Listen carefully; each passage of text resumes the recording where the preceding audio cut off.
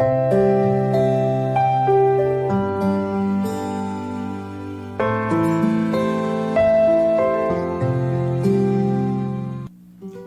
graças a Deus por estarmos aqui nesta noite, que o Eterno nos abençoe grandemente e que nós possamos estar em reverência nesta noite para seguirmos nossos estudos na carta de Tiago. Quem estiver com a sua Bíblia, por gentileza, abra comigo no capítulo 2 e hoje, pela misericórdia do Deus Todo-Poderoso, nós vamos iniciar nossos estudos já no capítulo 2 dessa preciosa carta. E diz o seguinte, meus irmãos, não tenhais a fé em nosso Senhor Jesus Cristo, Senhor da glória, em acepção de pessoas. Se, portanto, entrar na vossa sinagoga algum homem com anéis de ouro nos dedos, em trajos de luxo, e entrar também algum pobre e andrajoso, e tratardes com deferência o que tem os trajos de luxo e lhe disserdes, tu assenta-te aqui em lugar de honra, e disserdes ao pobre, tu fica ali em pé, ou assenta-te aqui abaixo do estrado dos meus pés? Não fizeste distinção entre vós mesmos, e não vos tornastes juízes, tomados de perversos pensamentos? Ouvi, meus amados irmãos, não escolheu Deus os que para o mundo são pobres, para serem ricos em fé e herdeiros do reino que ele prometeu aos que o amam? Entretanto, vós outros menosprezastes o pobre. Não são todos os ricos que vos oprimem? E não são eles que vos arrastam para os tribunais? Não são eles os que blasfemam o bom nome que sobre vós foi invocado? Amém? Até aqui a leitura da Palavra de Deus. Então, como eu disse, nós seguimos aqui com nossos estudos nessa carta preciosa de Tiago, e como nós ouvimos em outras exposições, ele não era um dos apóstolos ali, ele não era do número dos 12, mas ele era irmão de nosso Senhor e Salvador Jesus Cristo ali, segundo a carne. Ele era filho de Maria, juntamente com José ali, seu esposo, e por isso ele era irmão de Jesus.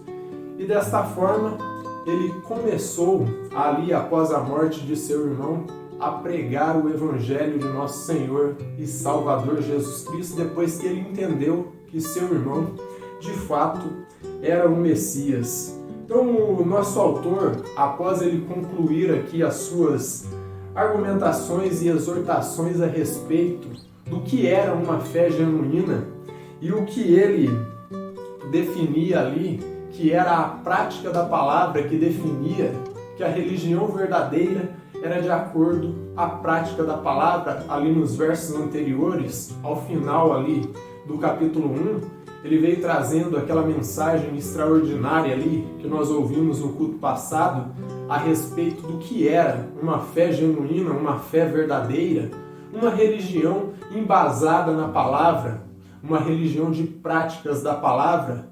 Agora ele começa a falar de outro problema que acontecia ali nas sinagogas cristãs. E eu digo sinagoga por quê? Porque o momento em que eles estavam vivendo ali era o primeiro século. E ali, onde eles estavam vivendo, os lugares onde eles se reuniam para ouvir a palavra de Deus ainda era chamada de sinagogas, porque o cristianismo ainda estava se formando. O termo eclesia, ou assembleia, ou igreja, em português, ele não havia ainda sido empregado no meio dos cristãos. Então, desta forma, o termo que Tiago usa aí é sinagoga, porque era um lugar onde eles se reuniam. Então, agora ele começa a tratar de outro problema que acontecia ali na igreja primitiva, que era a questão ali de acepção, ou ali distinção de pessoas. Era um problema grave que estava acontecendo ali, e como vocês ouviram ali nas palavras dele, ele ferrenhamente ou categoricamente ele está refutando esse tipo de atitude. Então era outro problema que estava ocorrendo ali nas sinagogas cristãs do primeiro século, que era a questão da acepção ou distinção de pessoas, algo que ele é categórico ao dizer que é pecado fazer distinção de pessoas por conta da sua aparência, do seu modo de se vestir, ou por ele ser rico, ou por ele ser pobre, ou a sua classe aí social, como nós chamamos. Desta forma, ele diz o seguinte no verso 1 aqui, ó: Meus irmãos, não tenhais a fé em nosso Senhor Jesus Cristo, Senhor da glória, em acepção de pessoas, em distinção de pessoas. Não faça diferença entre pessoas. Então ele disse, se você quer ter a fé genuína, expressada para o Senhor e Salvador Jesus Cristo, você quer ser um verdadeiro cristão, você não pode fazer distinção de pessoas, elevar a um e desmerecer o outro, porque quando você fazer isto, você vai estar quebrando as leis divinas. E para isso aí, a partir dos versos 2 a 4, ele começa a trazer aí um ensino ali maravilhoso a respeito disso. E ele declara que não tenhais a fé em nosso Senhor com acepção de pessoas. E essa fé aí que ele está se referindo não é a mesma fé que Jesus tinha. Aquela fé que ele fazia ali a tempestade se acalmar, não era essa mesma fé ali que ele curava os doentes. A fé que ele está se referindo ali é toda a sua atitude de adorar a Deus. Mas a fé que ele se refere aqui é a fé que expressamos a Deus toda a nossa vida, toda a nossa conduta devocional, seja de louvor, de adoração, de estudo da palavra, de meditação, de absorção da palavra, todo esse tipo de coisa aqui, de ajuda ao próximo, não fazer distinção entre pessoas, tudo isso faz referência à fé do nosso Senhor Jesus Cristo, da qual Tiago se refere aqui. Então a fé que ele está se referindo é o cristianismo como um todo.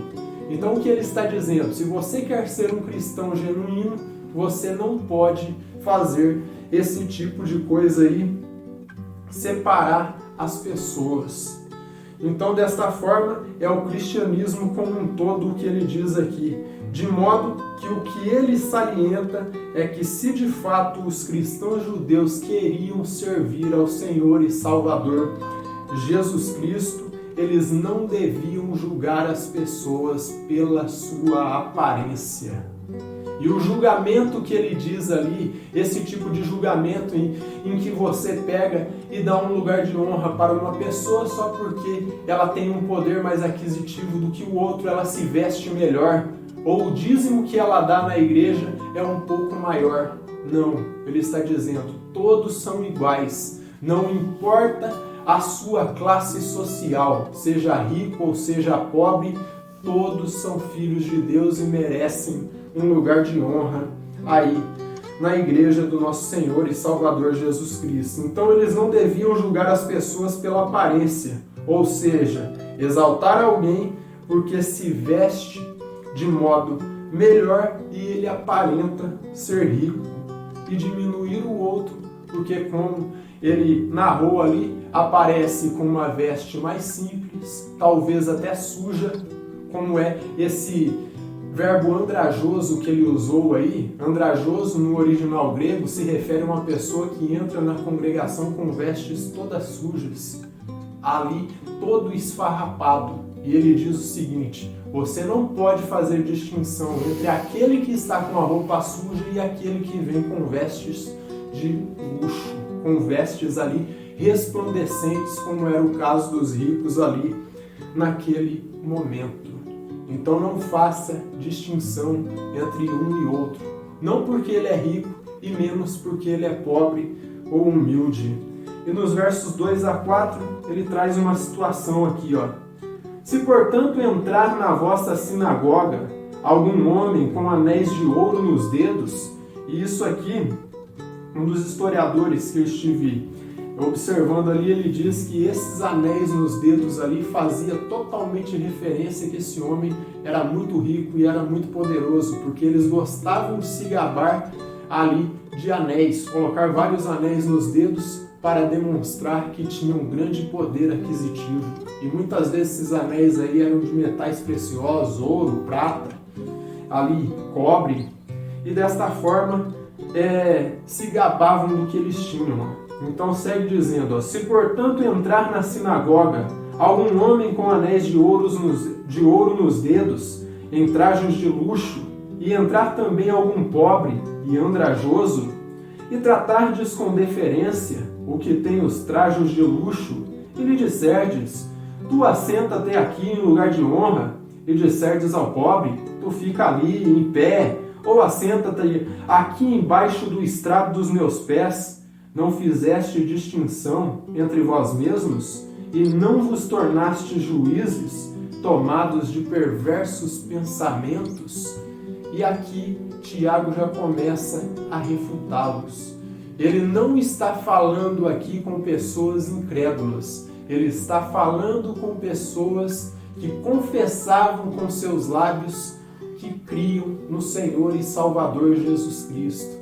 E ele está dizendo, se vocês querem servi-lo, esse tipo de situação não pode acontecer.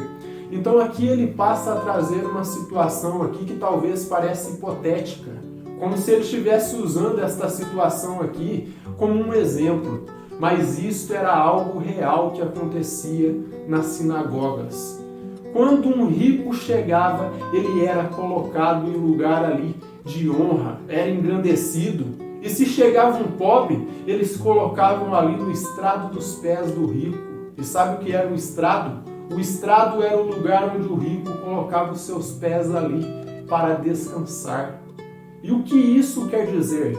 Que o pobre, porque ele estava naquela situação ali, todo esfarrapado, com a sua roupa suja, porque lhe faltava dinheiro, ele tinha que estar num lugar de humilhação. Isso na cabeça daqueles que faziam isto.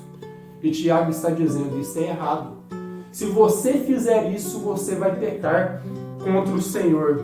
Então, aqui ele passa a trazer uma situação que talvez pareça apenas um exemplo, mas era algo que acontecia de fato ali entre eles. E Tiago ele reprova essa atitude aí duramente, pois eles colocavam, como eu disse aí, o rico em um lugar de honra. Vamos dizer assim, que quando chegava o rico, aquele que estava pregando a palavra, ele saía do seu lugar e dizia, ó, senta aqui, ó, aqui é o seu lugar de honra, aqui bem perto de mim. E quando chegava um humilde, você senta por aí, onde você quiser, porque eu não quero um sujo esfarrapado perto de mim. Era isso que Tiago estava refutando. E se nós notarmos todos os ensinos que foram dados pelo Senhor Jesus Cristo, ele nunca fez distinção de pessoas. Podia vir o leproso mais contaminado com as chagas no seu corpo, que o procurasse, pedindo auxílio, pedindo ajuda, ele o recebia.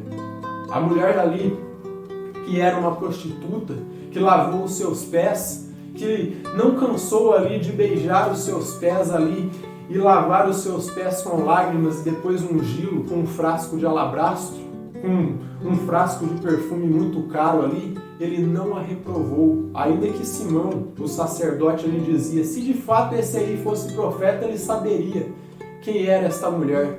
E ele não a reprovava, ele perdoou os seus pecados e disse para ela, vai e não peques mais. Então, eles faziam esse tipo de coisa, davam um lugar de honra para o rico e um lugar de desonra, ali de humilhação para o pobre. E Tiago está dizendo, isso é equivocado, isso é contra todo o ensino do nosso Senhor e Salvador Jesus Cristo.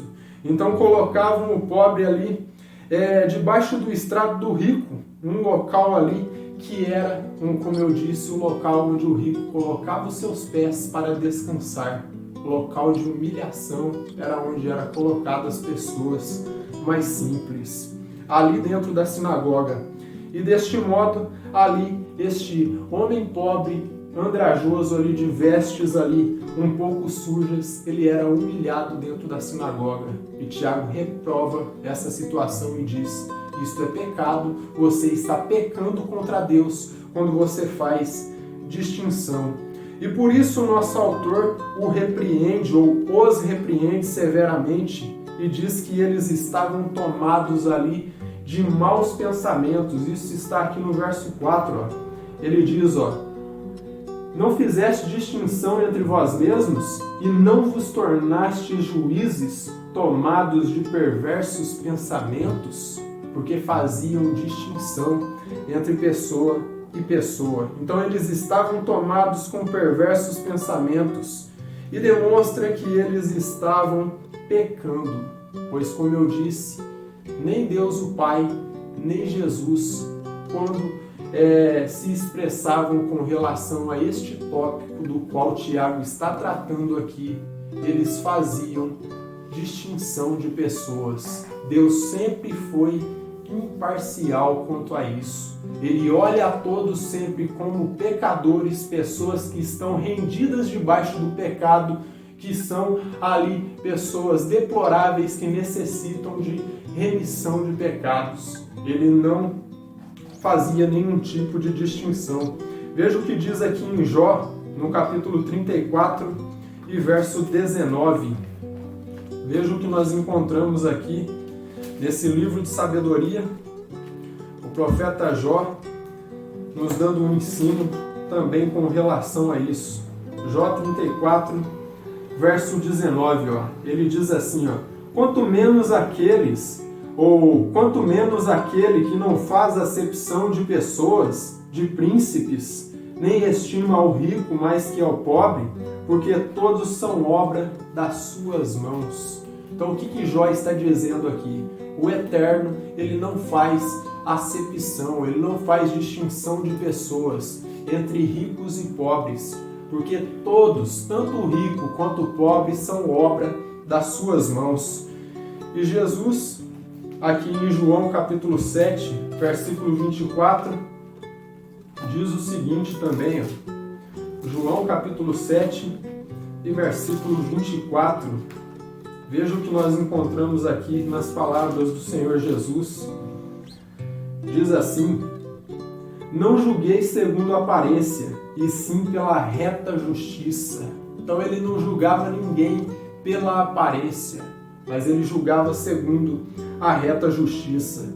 E com isso, mais uma vez, ele demonstra que o cristianismo genuíno, ele é expressado em atos de amor pelo próximo. Abra aí em João 15:12, para vocês verem o que disse o Senhor Jesus Cristo. João 15:12 é o mandamento do Senhor. Ele diz assim, prestem bem atenção nisto. Em João 15:12 está o mandamento do Senhor. O meu mandamento é este, que vos ameis uns aos outros, assim como eu vos amei. Então o cristianismo genuíno, ele não faz distinção entre ricos e pobres, porque diante de Deus não há classes sociais. O que nós encontramos ali são pessoas que foram feitas à obra das mãos de Deus. São pessoas que são a sua imagem e semelhança. Então, se você realmente deseja ser um cristão, você não pode julgar as pessoas por sua aparência. E se é um pastor, também não pode julgar pelo dízimo que oferta ou pelo que a pessoa aparenta. E de versos 5 a 7, ele conclui aqui dizendo o seguinte, ouvi, meus amados irmãos, não escolheu Deus os que para o mundo são pobres, para serem ricos em fé e herdeiros do reino, que ele prometeu aos que o amam? Entretanto, vós outros menosprezastes o pobre. Não são os ricos que vos oprimem? E não são eles que vos arrastam para os tribunais?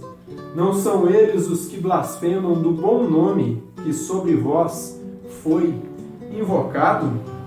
Então ele começa a esclarecer que o Criador, o Senhor Deus Todo-Poderoso, ele escolheu aquelas pessoas que são pobres aos olhos do mundo, para que essas pessoas fossem ricas em fé e herdeiras do reino. Então, desta forma, quando uma pessoa julga o outro por sua aparência, por sua classe social, como eu disse anteriormente, ela está quebrando as leis divinas. Porque, como nós vimos na exposição passada, Deus ele olha tanto para os órfãos quanto para as viúvas. E desta forma, o que Tiago já começava a dizer na exposição passada é que Deus sempre está olhando por aquelas pessoas mais simples da sociedade. Ele está cuidando delas. Então, desta forma, todos esses que aos olhos do mundo são pobres, Deus está olhando por eles e em algum momento vai exaltá-los, porque diz que os escolheu para que eles sejam ricos em fé e herdeiros do reino. Qual reino? O reino milenar, que ele prescreveu no seu programa divino desde antes da fundação do mundo. 1000 anos de paz e depois toda a eternidade. Então, o que ele traz aqui, ele começa a esclarecer que Deus escolheu os pobres para que fossem herdeiros do reino e ricos em fé.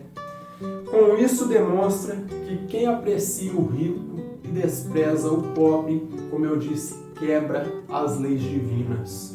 Então, se você é um cristão, você está preocupado em servi-lo, em obedecer a sua palavra, em exercer a sua religião e que ela seja verdadeira, você não pode fazer distinção entre pessoas humildes e pessoas aí do alto escalão. Então, aquele que aprecia o rico e despreza o pobre, ele despreza e deturpa as leis divinas.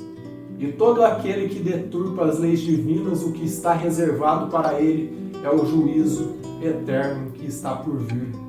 Então, se nós queremos servir de boa vontade ao Senhor, queremos ter uma fé saudável, uma religião genuína, nós devemos amar a todos, sem distinção de pessoas. Então, Deus ele olha ali tanto para o aflito quanto para o abatido. Isaías capítulo 66 e versículo 2, ele está olhando aí pelas pessoas mais simples aqui desta terra. Isaías 66, versículo 2, o profeta Isaías ele expressa isto também, e diz o Senhor, porque a minha mão fez todas estas coisas, e todas vieram a existir, diz o Senhor. Mas o homem para quem eu olharei é este, ele está dizendo, o aflito e abatido de espírito, e que treme da minha palavra. Então, desta forma, Deus ele escolheu os pobres, porque a eles é mais fácil receber a palavra de Deus. E em Levítico 19:15, o profeta Moisés ali, o grande legislador, ele diz o seguinte, Levítico 19:15, ele diz também que Deus não faz acepção de pessoas. Levítico 19 e versículo 15.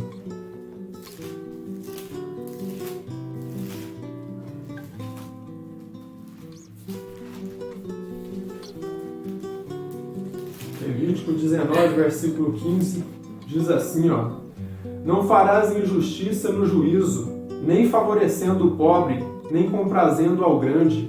Com justiça julgarás ao teu próximo, e a justiça ela é imparcial, não há favoritismo. Como foi mostrado aqui por Tiago, o rico não é melhor que o pobre, e o pobre não é melhor que o rico.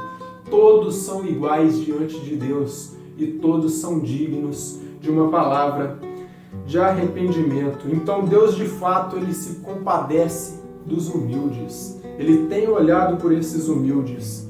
E os ricos aqui que Tiago faz referência em sua carta, pode ser que sejam judeus, mas no mais o que posso dizer para vocês que esses ricos aqui eram pessoas pagãs que não temiam a Deus, porque a única coisa que eles se preocupavam era cobrar o último centavo aí que esses pobres deviam para eles. E por isso os levavam para os tribunais, e por isso blasfemavam o bom nome que foi invocado sobre eles ali no batismo, o nome do Senhor Jesus Cristo.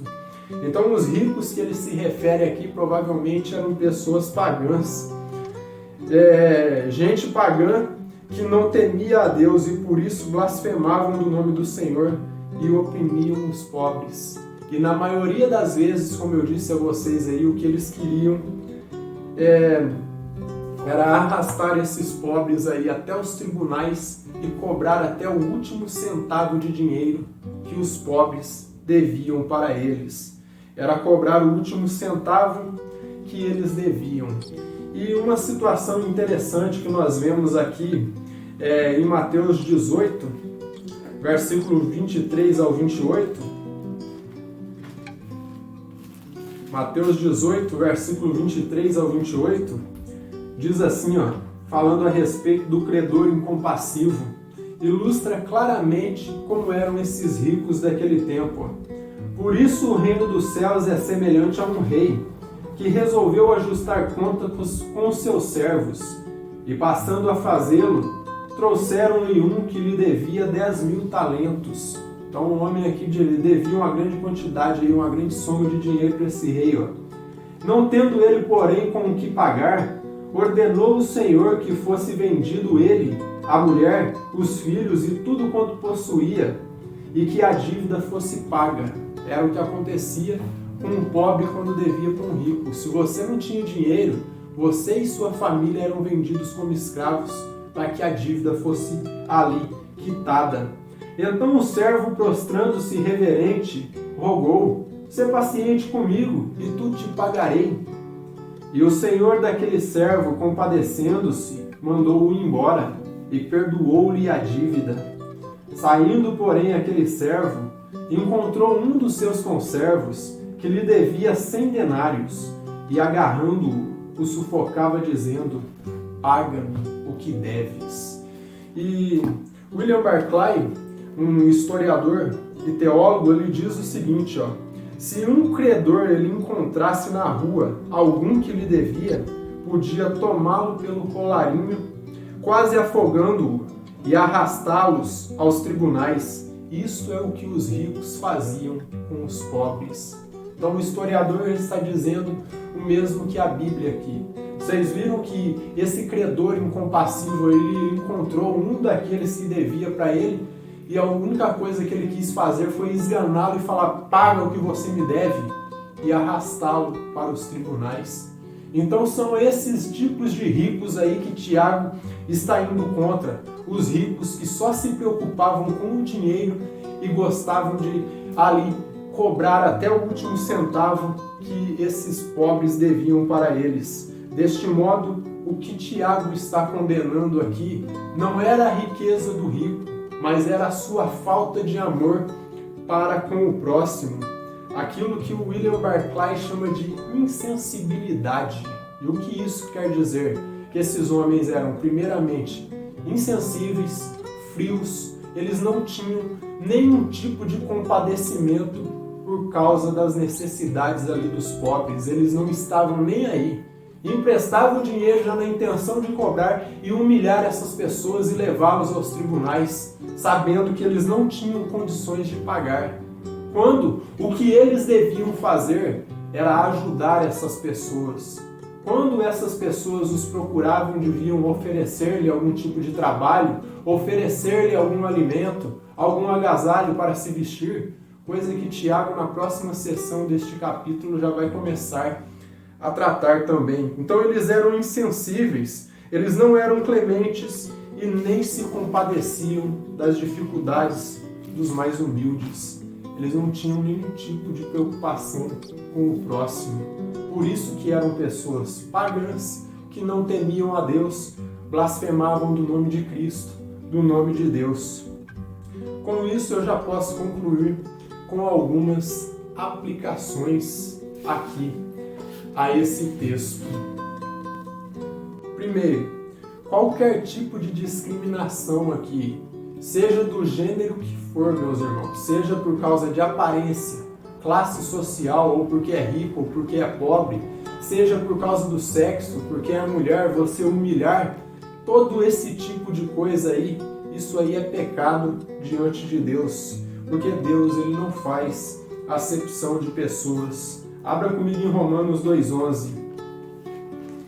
Em Romanos 2,11, O apóstolo Paulo ele diz assim, porque para com Deus não há acepção de pessoas, não há judeu e não há grego, é o que ele fala mais acima ali, todos são um diante de Deus. O segundo ponto de aplicação que nós temos aqui, eu me proponho a falar a respeito da riqueza. A riqueza ela pode indicar 3 coisas aqui. Eu gostaria que vocês prestassem atenção nisso. A primeira coisa que pode indicar é que esta pessoa é muito inteligente, ela tomou atitudes em sua vida com sabedoria e que teve muito trabalho, mas muito trabalho, meus irmãos. Essa pessoa trabalhou muito e por isso ela é rica. Só que a segunda coisa que marca aqui a riqueza pode ser ao contrário disso. Pode indicar que essa pessoa nasceu em berço de ouro e que ela está desfrutando aí do trabalho de outra pessoa. Então, a riqueza pode indicar que uma pessoa nasceu em berço de ouro, nasceu em uma família rica e por isso ela desfruta do trabalho de outro. Pode ser o seu pai ou o seu avô que trabalhou e ela está desfrutando de toda a riqueza que outro trabalhou, mas não é o trabalho dele. E a terceira é a pior de todas aqui, que eu julguei, simplesmente desonestidade.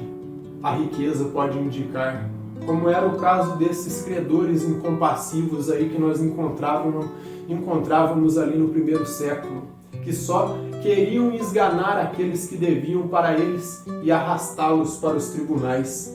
Então a terceira coisa que marca a riqueza é essa daí, simplesmente desonestidade, que é o caso da maioria dos políticos que nós encontramos em nossa nação.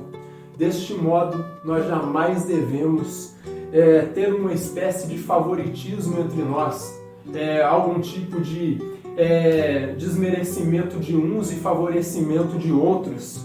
Desta forma, apreciar alguém porque é rico e desapreciar o outro só porque é pobre, quando a fé real ela só é expressada através do amor. Abra comigo aí em Gálatas, no capítulo 5 e versículo 6. Nós encontramos o apóstolo Paulo falando a respeito da fé genuína, da verdadeira religião também. Ele diz assim, porque em Cristo Jesus nem a circuncisão nem a incircuncisão tem valor algum, mas a fé que atua pelo amor. Então uma fé ela só é verdadeira, ela só está ativa quando você expressa amor. E quando nós ouvimos aqui a narrativa de Tiago, quando você faz distinção entre uma pessoa por causa de sua aparência, aprecia alguém porque é rico e despreza o outro porque é pobre, onde está o amor nisso aí? Aonde ficou o amor? Você jogou o amor para debaixo do tapete e se esqueceu de todo o ensinamento do nosso Senhor e Salvador Jesus Cristo, porque o único que poderia julgar era Ele, mas Ele disse que Ele não julgava ninguém. Ali em João 8,15 Ele disse, vós julgais segundo a carne, eu a ninguém julgo. Então nem mesmo Ele julgava a respeito da aparência. Então, nós devemos expressar amor aos nossos semelhantes, porque quando nós expressamos amor aos nossos semelhantes, a nossa fé verdadeiramente está ativa. E o terceiro e último ponto de aplicação que nós temos aqui diz o seguinte, que Tiago nos deu uma mensagem aqui extraordinária.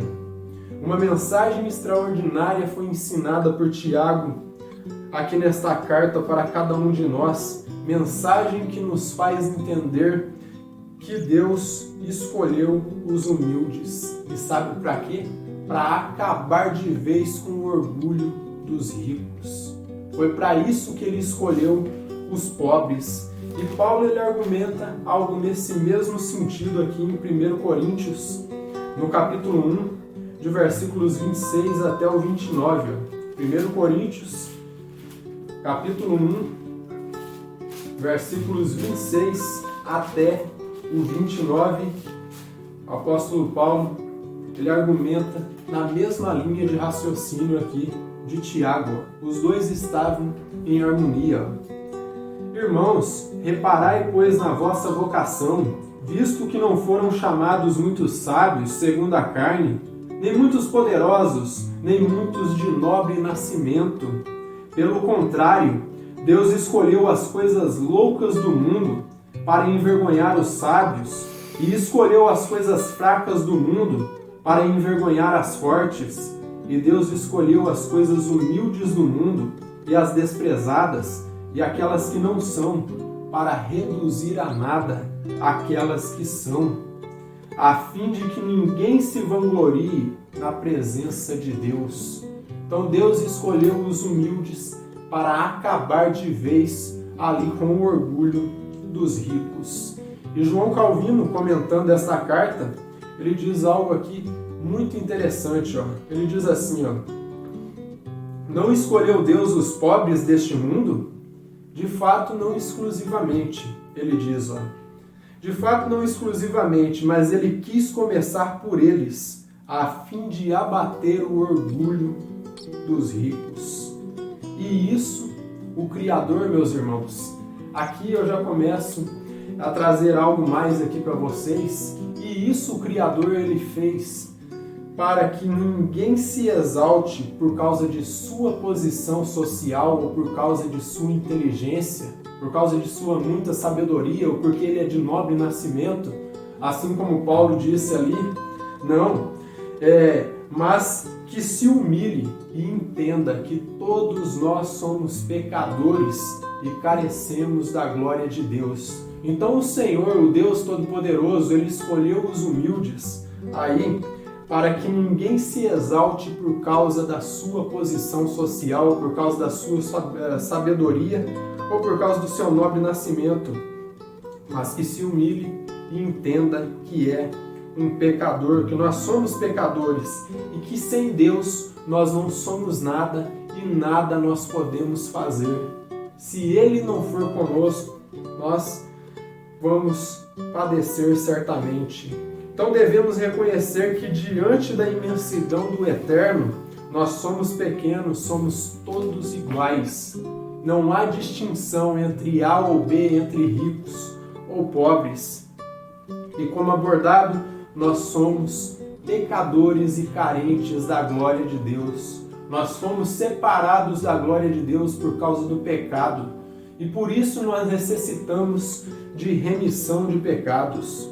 Então, nós necessitamos ali da graça de Deus, de sua imensa graça, e desta forma jamais despreze alguém por causa da sua aparência ou classe social.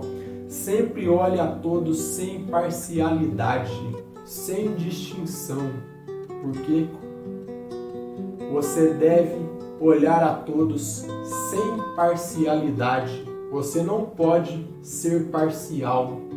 E desta forma, olhe todos com amor, o mesmo amor que Cristo nos amou. Lembra do texto que nós lemos ali em João 15:12?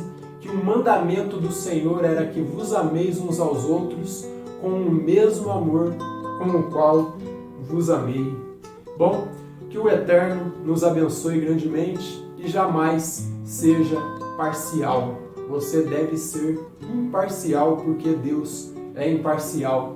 Então sua vida não pode ter parcialidades. Sem parcialidade, sem parcela de divisão.